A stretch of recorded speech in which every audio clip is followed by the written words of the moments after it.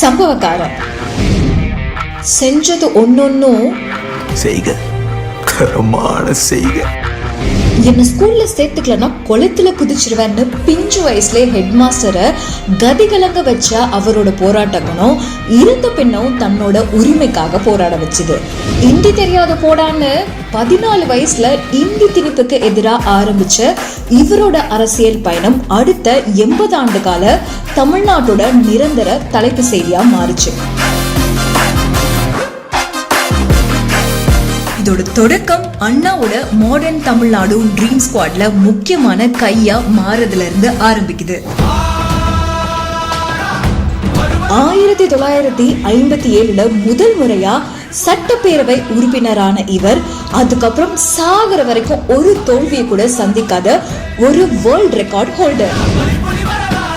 அண்ணாவோட பாசத்துக்குரிய உடன்பிறப்பா இருந்தவர். அவரோட மறைவுக்கு பிறகு அண்ணா பெரியாரோட கொள்கைகளை இன்னும் வீரியமா எடுத்துட்டு போறாரு.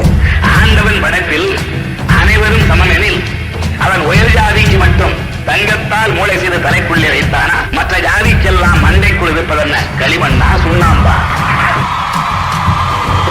கோவிலுக்குள்ள விடலையா, வா நீதான் அர்ச்சகர். படிக்க கூடாதுன்னு சொல்றாங்களா, வா உனக்கு நான் இலவசமா படிப்பு தரேன்.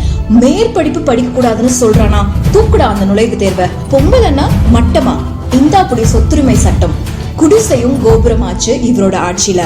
தமிழ் பேச்சு என் மூச்சுன்னு சொன்னதோட மட்டும் நிக்காம தமிழ் மொழிக்கு செம்மொழி அங்கீகாரம், விவசாயிகளுக்கு இலவச மின்சாரம், எண்ணவே முடியாத அளவு தொழில்துறை வளர்ச்சி, போக்குவரத்து செயல் திட்டங்கள், இப்படி போடுற பால் எல்லாத்துலயும் சிக்ஸர் அடிச்ச இவரை பார்த்து இப்பவும் சில பேர் எரியுதடி மாலா சேனல் போடு அப்படின்னு கதறுவாங்க.